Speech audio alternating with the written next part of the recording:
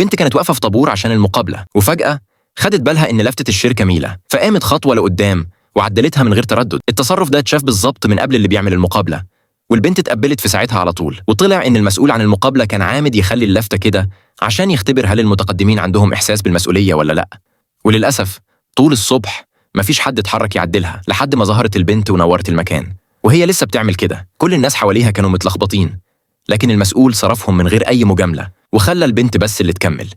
لما الباقيين شافوا كده اتضايقوا جدا وقعدوا يتكلموا عليها ويقولوا إنها واخدة الوظيفة بالواسطة، لكن البنت ما اهتمتش. وتاني يوم راحت الشركة في ميعادها واتبعت مع المشرف تزور الأقسام المختلفة، وفجأة وهما في الجراج لقوا زبون بيتخانق مع الكاشير. المشرف أول ما شاف كده ادى مهمة للمتدربين الجداد وقال اللي يقدر يحل المشكلة دي النهاردة هيتعين موظف رسمي قبل ميعاده. لكن زمايلها كانوا واقفين ساكتين يبصوا لبعض من غير ما يتكلموا، إلا هي قررت تجرب وتدخل. ساعتها كان الزبون والكاشير صوتهم عالي جدا، فقامت رايحة له واعتذرت له بصدق الأول، وبالفعل الزبون هدي شوية وقال لها طلبه، وطلع إنه ضيع إيصال الشراء وهو بيشتري هدوم، وعشان كده ما كانش عارف يثبت إنه ليه حق ركنة، بس الهدوم اللي في إيده كانت دليل إنه اشترى من المول.